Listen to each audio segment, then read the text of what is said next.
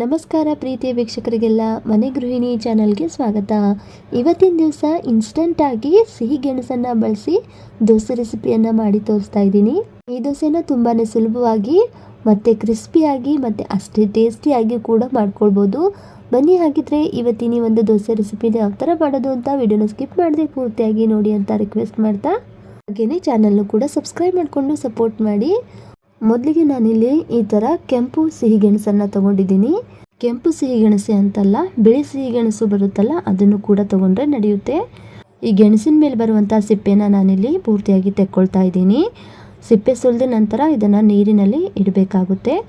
ನೀರಿನಲ್ಲಿಟ್ಟರೆ ಇದು ಸಿಹಿಗೆಣಸು ಕಪ್ಪಾಗೋದಿಲ್ಲ. ಹಾಗಾಗಿ ನೋಡಿ, ಒಂದು ಮತ್ತು ಒಂದರ ಮೇಲೆ ಒಂದು ಅರ್ಧ ತೊಗೊಂಡಿದ್ದೀನಿ. ನಂತರ ಈ ಕಡೆ ನಾನು ಒಂದು ಮಿಕ್ಸರ್ ಜಾರ್ಗೆ ಒಂದು ಬಟ್ಲು ಅಳತೆ ಹಾಗೆ ನಾನಿಲ್ಲಿ ಸಣ್ಣ ರವೆನ ತೊಗೊಂಡಿದ್ದೀನಿ. ಸಣ್ಣ ರವೆ ಅಂದರೆ ಉಪ್ಪಿಟ್ಟು ಮಾಡುವಂತಹ ರವೆ. ನಾವು ಸಣ್ಣ ರವೆಯಲ್ಲಿ ಉಪ್ಪಿಟ್ಟು ಮಾಡ್ತೀವಲ್ವ, ಆ ರವೆನ ನಾನಿಲ್ಲಿ ತೊಗೊಂಡಿದ್ದೀನಿ.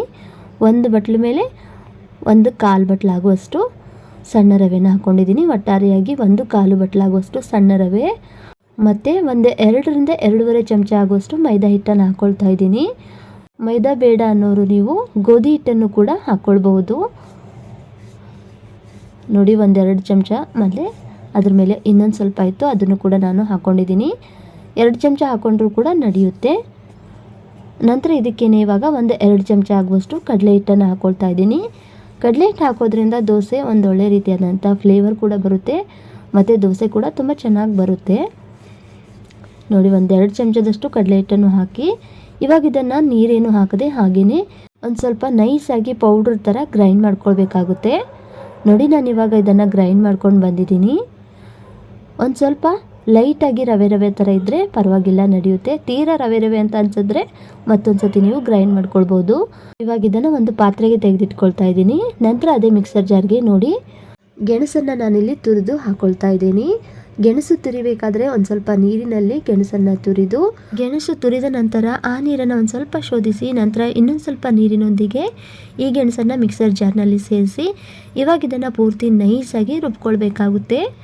ನಾನಿವಾಗ ಇದನ್ನು ಪೂರ್ತಿ ನೈಸಾಗಿ ರುಬ್ಕೊಂಡು ಬಂದಿದ್ದೀನಿ. ಗೆಣಸನ್ನು ತುರಿದ ತಕ್ಷಣ ಮಿಕ್ಸರ್ ಜಾರ್ನಲ್ಲಿ ಹಾಕಿ ಗ್ರೈಂಡ್ ಮಾಡಬೇಕಾಗುತ್ತೆ, ಇಲ್ಲಾಂದರೆ ಅದು ಕಪ್ಪಗಾಗೋ ಚಾನ್ಸಸ್ ಇರುತ್ತೆ. ನೋಡಿ, ಇವಾಗ ಗ್ರೈಂಡ್ ಮಾಡಿರುವಂತಹ ಗೆಣಸು ಒಂದು ಸ್ವಲ್ಪ ಲೈಟಾಗಿ ತರಿಯಾಗಿದೆ. ಇಷ್ಟಿದ್ರೂ ಕೂಡ ಪರವಾಗಿಲ್ಲ. ನಂತರ ಇದಕ್ಕೇನೆ ಇವಾಗ ಮುಂಚೆನೇ ಪೌಡ್ರ್ ಮಾಡಿಟ್ಟಿರುವಂತಹ ರವೆ, ಮೈದಾ ಹಿಟ್ಟು, ಕಡಲೆ ಹಿಟ್ಟಿನ ಮಿಶ್ರಣನ ಇದಕ್ಕೆ ಸೇರಿಸಿ ನಂತರ ರುಚಿಗೆ ತಕ್ಕಷ್ಟು ಉಪ್ಪನ್ನು ಹಾಕ್ಕೊಳ್ತಾ ಇದ್ದೀನಿ. ಹಾಗೆಯೇ ಒಂದು ಸ್ವಲ್ಪ ದೋಸೆ ಕಲರ್ ಆಗಿ ಬರಲಿ ಅನ್ನೋದಕ್ಕೆ ಒಂದು ಸ್ವಲ್ಪ ಸಕ್ಕರೆಯನ್ನು ಸೇರಿಸ್ತಾ ಇದ್ದೀನಿ. ಹಾಗೆಯೇ ಇವಾಗ 3/4 ಬಟ್ಲಾಗುವಷ್ಟು ಮೊಸರನ್ನು ಸೇರಿಸ್ತಾ ಇದ್ದೀನಿ.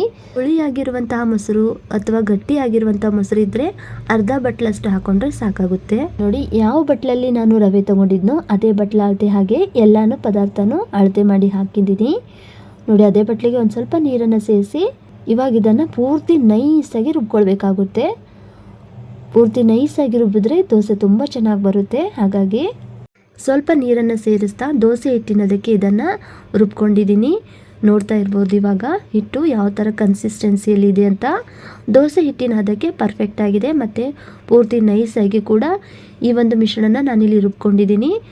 ರುಬ್ಬಿರುವಂತಹ ಹಿಟ್ಟನ್ನು ನಾನಿಲ್ಲಿ ಒಂದು ಪಾತ್ರೆಗೆ ತೆಗೆದಿಟ್ಕೊಂಡು ನಂತರ ಇವಾಗ ಅದನ್ನು ಒಂದು ಸತಿ ಚೆನ್ನಾಗಿ ಮಿಕ್ಸ್ ಮಾಡ್ಕೊಳ್ತಾ ಇದ್ದೀನಿ. ನೋಡಿ ಯಾವ ಥರ ಕನ್ಸಿಸ್ಟೆನ್ಸಿಯಲ್ಲಿ ಇದೆ ಅಂತ.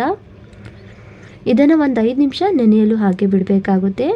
ಒಂದು 5 ನಿಮಿಷ ನೆಂದಿದೆ ಅಂದಾಗ ನಂತರ ಇದೇ ಹಿಟ್ಟಿಗೆ ನಾನಿಲ್ಲಿ ಒಂದು 1/4 ಚಮಚ ಆಗುವಷ್ಟು ಅಡುಗೆ ಸೋಡಾನ ಸೇರಿಸಿ ನಂತರ ಅಡುಗೆ ಸೋಡಾ ಮೇಲೆ ಒಂದು ಸ್ವಲ್ಪ ನೀರನ್ನು ಸೇರಿಸಿ ಚೆನ್ನಾಗಿದ್ದನ್ನು ಇವಾಗ ಮಿಕ್ಸ್ ಮಾಡ್ಕೊಳ್ತಾ ಇದ್ದೀನಿ. ಸೋಡಾ ಬೇಡ ಅನ್ನೋರು ನೀವು ಇನ್ನೂ ಪುಡಿನೂ ಕೂಡ ಒಂದು ಸ್ವಲ್ಪ ಬಳಸ್ಬೋದು. ಸೋಡಾ ಹಾಕಿದ್ಮೇಲೆ ಇದನ್ನು ಪೂರ್ತಿ ಚೆನ್ನಾಗಿ ಮಿಕ್ಸ್ ಮಾಡ್ಕೊಳ್ತಾ ಇದ್ದೀನಿ. ನೋಡಿ ಯಾವ ಕನ್ಸಿಸ್ಟೆನ್ಸಿಯಲ್ಲಿ ಇದೆ ಅಂತ. ಇವಾಗ ಹಿಟ್ಟು ಕರೆಕ್ಟಾಗಿದೆ. ದೋಸೆ ಮಾಡೋದಕ್ಕೆ ಈ ಕಡೆ ನಾನು ದೋಸೆ ತವನ ಕಾಯೋದಕ್ಕೆ ಇಟ್ಟು ದೋಸೆ ತವಾಗೆ ಒಂದು ಸ್ವಲ್ಪ ಎಣ್ಣೆನ ಅಪ್ಲೈ ಮಾಡಿ ನಂತರ ನಾನಿಲ್ಲಿ ಒಂದು ಸ್ವಲ್ಪ ಚಿಕ್ಕದಾಗಿರುವಂಥ ದೋಸೆನ ಹಾಕಿ ದೋಸೆನ 2 ಬದಿಗೂ ಬೇಯಿಸಿದ ನಂತರ ನಾವೇನು ಎಣ್ಣೆನ ಒಂದು ಸ್ವಲ್ಪ ಸವರಿದ್ನೋ ಈ ದೋಸೆಯಿಂದ ಪೂರ್ತಿಯಾಗಿ ಆ ಎಣ್ಣೆನ ದೋಸೆ ತವಾಗೆ ಅಪ್ಲೈ ಮಾಡಿ ನಂತರ ದೋಸೆ ತವನ ಒಂದು ಸ್ವಲ್ಪ ಚೆನ್ನಾಗಿ ಕಾಯಿಸಿ ನೋಡಿ ಕಾದಿರುವಂತಹ ದೋಸೆ ತವಾಗೆ ನಾನಿಲ್ಲಿ ಒಂದು ಸ್ವಲ್ಪ ನೀರನ್ನು ಚಿಮುಕಿಸಿ ನಂತರ ಒಂದು ಕಾಟನ್ ಬಟ್ಟೆನಿಂದ ದೋಸೆ ತವನ ಒರೆಸ್ತಾ ಇದ್ದೀನಿ. ನೋಡಿ, ಈ ಥರ ಮಾಡೋದ್ರಿಂದ ದೋಸೆ ತುಂಬ ಚೆನ್ನಾಗಿ ತವಾದಿಂದ ಎದ್ದೇಳುತ್ತೆ ದೋಸೆ ಹಾಕ್ಕೊಳ್ಬೇಕಾದ್ರೆ ಗ್ಯಾಸ್ ಫ್ಲೇಮನ್ನು ಲೋ ಫ್ಲೇಮ್ನಲ್ಲಿಟ್ಟು ನಾನಿಲ್ಲಿ ದೋಸೆನ ಹಾಕ್ಕೊಳ್ತಾ ಇದ್ದೀನಿ. ನೋಡಿ ಎಷ್ಟು ಸೂಪರಾಗಿ ಸಲೀಸಾಗಿ ಹಾಕ್ಕೊಳ್ಬೋದು ಅಂತ. ದೋಸೆ ಹಾಕ್ಕೊಂಡಾದ್ಮೇಲೆ ಗ್ಯಾಸ್ ಫ್ಲೇಮನ್ನು ನಾನಿಲ್ಲಿ ಮೀಡಿಯಮ್ ಉರಿಗಿಂತ ಒಂದು ಸ್ವಲ್ಪ ಜಾಸ್ತಿ ಉರಿನಲ್ಲಿಟ್ಟು ಈ ಒಂದು ದೋಸೆನ ಬೇಯಿಸ್ಕೊಳ್ತಾ ಇದ್ದೀನಿ. ನೋಡಿ ದೋಸೆ ಒಂದು ಸ್ವಲ್ಪ ಮೇಲ್ಗಡೆ ಬೆಂದಿದೆ ಅಂದಾಗ ನಾನಿಲ್ಲಿ ಬಟರನ್ನು ಸವರ್ತಾ ಇದ್ದೀನಿ. ಬಟರ್ ಬದಲಿಗೆ ನೀವು ಎಣ್ಣೆ ಅಥವಾ ತುಪ್ಪ ಕೂಡ ಯೂಸ್ ಮಾಡ್ಬೋದು. ಈ ಥರ ಒಂದು ಸ್ವಲ್ಪ ಬಟರ್ ಅಪ್ಲೈ ಮಾಡೋದ್ರಿಂದ ದೋಸೆಗೆ ಒಂದು ರೀತಿಯಾದಂಥ ಕಲರ್ ಕೂಡ ಬರುತ್ತೆ ಅಂತಲೇ ಹೇಳ್ಬೋದು. ಹಾಗೆ ದೋಸೆ ಟೇಸ್ಟ್ ಕೂಡ ತುಂಬಾ ಸಖತ್ತಾಗಿರುತ್ತೆ. ನೋಡಿ ದೋಸೆನ ನಾನಿಲ್ಲಿ ಸುತ್ತಲೂ ಕೂಡ ಚೆನ್ನಾಗಿ ದೋಸೆ ತವನ ತಿರುತ್ತಾ ಎಲ್ಲ ಬದಿಗೂ ಕೂಡ ಬೇಯಿಸ್ಕೊಂಡಿದ್ದೀನಿ. ನೋಡ್ತಾ ಇರ್ಬೋದು ಎಷ್ಟು ಸೂಪರ್ ಆಗಿರುವಂಥ ದೋಸೆ ತಯಾರಾಗಿದೆ ಅಂತ. ಈ ಗೆಣಸಿನ ದೋಸೆ ನೋಡೋದಕ್ಕೆ ಅಷ್ಟೇ ಅಲ್ಲ, ತಿನ್ನೋದಕ್ಕೂ ಕೂಡ ತುಂಬಾ ಟೇಸ್ಟಿಯಾಗಿರುತ್ತೆ. ಒಂದು ಡಿಫ್ರೆಂಟ್ ಆದಂಥ ದೋಸೆ ಅಂತಲೇ ಹೇಳ್ಬೋದು. ದೋಸೆ ರೆಸಿಪಿ ವಿಡಿಯೋ ನಿಮಗೆ ಇಷ್ಟ ಆಗಿದ್ದರೆ ಈ ರೆಸಿಪಿ ವಿಡಿಯೋಗೆ ಲೈಕ್ ಮಾಡಿ, ಹಾಗೆ ಚಾನಲ್ನು ಕೂಡ ಸಬ್ಸ್ಕ್ರೈಬ್ ಮಾಡಿಕೊಂಡು ಸಪೋರ್ಟ್ ಮಾಡಿ. ನಂತರ ಇವಾಗ ನಾನಿಲ್ಲಿ ಇನ್ನೊಂದು ದೋಸೆ ಕೂಡ ಮಾಡಿ ತೋರಿಸ್ತಾ ಇದ್ದೀನಿ. ಪ್ರತಿ ದೋಸೆ ಮಾಡಬೇಕಾದ್ರೂ ಕೂಡ ದೋಸೆ ತವ ಹೀಟನ್ನು ಒಂದು ಸ್ವಲ್ಪ ಕಡಿಮೆ ಮಾಡಿಕೊಂಡು, ಅಂದರೆ ದೋಸೆ ತವಿಗೆ ಒಂದು ಸ್ವಲ್ಪ ನೀರನ್ನು ಚಿಮುಕಿಸಿ ನಂತರ ಅದನ್ನು ಕಾಟನ್ ಬಟ್ಟೆನಿಂದ ಒರೆಸಿ ನಾನಿಲ್ಲಿ ದೋಸೆನ ಹಾಕ್ಕೊಳ್ತಾ ಇದ್ದೀನಿ. ದೋಸೆ ಹಾಕ್ಕೊಳ್ಬೇಕಾದ್ರೆ ಗ್ಯಾಸ್ ಫ್ಲೇಮನ್ನು ಲೋ ಫ್ಲೇಮ್ನಲ್ಲಿಟ್ಟು ದೋಸೆನ ಹಾಕ್ಕೊಳ್ಬೇಕಾಗುತ್ತೆ. ನೋಡಿ ಮತ್ತೆ ದೋಸೆ ಮೇಲ್ಗಡೆ ಒಂದು ಸ್ವಲ್ಪ ಬೆಂದಿದೆ ಅಂದಾಗ ನಾನಿಲ್ಲಿ ಮತ್ತೆ ಒಂದು ಸ್ವಲ್ಪ ಬಟರನ್ನು ಸವರ್ತಾ ಇದ್ದೀನಿ. ಇದೇ ಥರ ಇನ್ಸ್ಟೆಂಟಾಗಿ ಮಾಡುವಂತಹ ದೋಸೆ ರೆಸಿಪಿಗಳನ್ನು ಆಲ್ರೆಡಿ ನಮ್ಮ ಚಾನಲಲ್ಲಿ ಶೇರ್ ಮಾಡಿದ್ದೀನಿ. ಆ ರೆಸಿಪಿ ವಿಡಿಯೋಗಳನ್ನು ಕೂಡ ಒಂದು ಸತಿ ನೋಡಿ. ವಿಡಿಯೋ ಇಷ್ಟ ಆದರೆ ಲೈಕ್ ಮಾಡಿ, ಹಾಗೆ ಚಾನಲ್ಲು ಕೂಡ ಸಬ್ಸ್ಕ್ರೈಬ್ ಮಾಡಿಕೊಂಡು ಸಪೋರ್ಟ್ ಮಾಡಿ. ಮತ್ತು ನಾನಿಲ್ಲಿ ದೋಸೆ ತವನ ತಿರುತ್ತಾ ಎಲ್ಲ ಬದಿಯಲ್ಲೂ ಕೂಡ ದೋಸೆನ ಬೇಯಿಸ್ಕೊಳ್ತಾ ಇದ್ದೀನಿ. ನೋಡಿ ಎಷ್ಟು ತೆಳ್ಳಗೆ ಬಂದಿದೆ ಅಂತ ದೋಸೆ. ಪೇಪರ್ ದೋಸೆ ಹಾಗೆ ಈ ಒಂದು ಇನ್ಸ್ಟೆಂಟಾಗಿ ಸಿಹಿ ಗೆಣಸಿನ ಪೇಪರ್ ದೋಸೆ ತಯಾರಾಗಿದೆ ಅಂತಲೇ ಹೇಳ್ಬೋದು. ನೋಡಿ ಎಷ್ಟು ಸೂಪರಾಗಿ ತೆಳ್ಳಗೆ ಬಂದಿದೆ ಅಂತ, ಮತ್ತು ಅಷ್ಟೇ ಕ್ರಿಸ್ಪಿಯಾಗೂ ಕೂಡ ಇರುತ್ತೆ. ಈ ದೋಸೆನ ನೀವು ಬಿಸಿ ಬಿಸಿಯಾಗಿರುವಾಗಲೇ ತಿನ್ನಿ, ತುಂಬಾ ಟೇಸ್ಟಿಯಾಗಿರುತ್ತೆ. ಮತ್ತು ಇನ್ಸ್ಟೆಂಟಾಗಿ ಮಾಡುವಂತಹ ದೋಸೆ ಆಗಿರೋ ಕಾರಣಕ್ಕೆ ಹಿಟ್ಟು ಕೂಡ ನಾವು ಇನ್ಸ್ಟೆಂಟಾಗಿ ಮಾಡಿ ಖಾಲಿ ಮಾಡಬೇಕಾಗುತ್ತೆ. ನಾವೇನಾದರೂ ಈ ಹಿಟ್ಟನ್ನು ಇಟ್ಟು ಮತ್ತು ನಾವು ಮಧ್ಯಾಹ್ನದೊತ್ತು ಈ ದೋಸೆನ ಮಾಡ್ಕೊಳ್ತೀವಂದರೆ ದೋಸೆ ಅಷ್ಟು ಚೆನ್ನಾಗಿ ಬರೋದು ಇಲ್ಲ.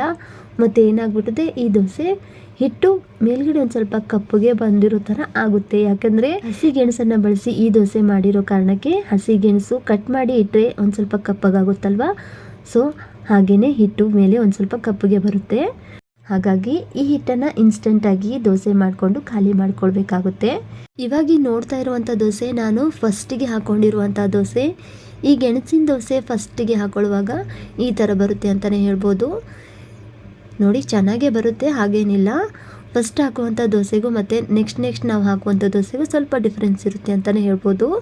ಅಂದರೆ ದೋಸೆ ತುಂಬ ಚೆನ್ನಾಗಿ ಬರುತ್ತೆ ಅಂತ ಅರ್ಥ. ನೋಡಿ ಬಿಸಿ ಬಿಸಿ ಆಗಿರುವಂತಹ ಸಿಹಿ ಗೆಣಸಿನ ಇನ್ಸ್ಟಂಟ್ ಪೇಪರ್ ದೋಸೆ ಅಂತಲೇ ಹೇಳ್ಬೋದು. ಇವತ್ತಿನ ದಿವಸ ನಾನಿಲ್ಲಿ ಆಲೂಗೆಡ್ಡೆ ಪಲ್ಯ ಜೊತೆಗೆ ಸರ್ವ್ ಮಾಡಿದ್ದೀನಿ. ನೋಡಿ ದೋಸೆ ಎಷ್ಟು ಸೂಪರಾಗಿ ಬಂದಿದೆ ಅಂತ. ನೋಡಿದ್ರಲ್ಲ ಸ್ನೇಹಿತರೆ, ಇವತ್ತಿನ ದಿವಸ ಇನ್ಸ್ಟೆಂಟಾಗಿ ಮಾಡುವಂತಹ ಸಿಹಿ ಗೆಣಸನ್ನು ಬಳಸಿ ಈ ಒಂದು ಪೇಪರ್ ದೋಸೆ ಯಾವ ಥರ ಮಾಡೋದು ಅಂತ. ಇವತ್ತಿನ ರೆಸಿಪಿ ವಿಡಿಯೋ ನಿಮಗೆ ಇಷ್ಟ ಆಗಿದ್ದರೆ ಈ ರೆಸಿಪಿ ವಿಡಿಯೋಗೆ ಲೈಕ್ ಮಾಡಿ, ಶೇರ್ ಮಾಡಿ, ಕಮೆಂಟ್ ಮಾಡಿ, ಹಾಗೆಯೇ ಮನೆ ಗೃಹಿಣಿ ಚಾನಲ್ನು ಕೂಡ ಸಬ್ಸ್ಕ್ರೈಬ್ ಮಾಡಿಕೊಂಡು ಸಪೋರ್ಟ್ ಮಾಡಿ ಅಂತ ಹೇಳ್ತಾ, ಇವತ್ತಿನ ರೆಸಿಪಿ ವಿಡಿಯೋ ನೋಡಿದಂತಹ ತಮಗೆಲ್ಲರಿಗೂ ಧನ್ಯವಾದಗಳು. ಮತ್ತೆ ಸಿಗೋಣ ಮತ್ತೊಂದು ಹೊಸ ರೆಸಿಪಿಯೊಂದಿಗೆ. ಅಲ್ಲಿವರೆಗೂ ಎಲ್ಲರಿಗೂ ನಮಸ್ಕಾರಗಳು.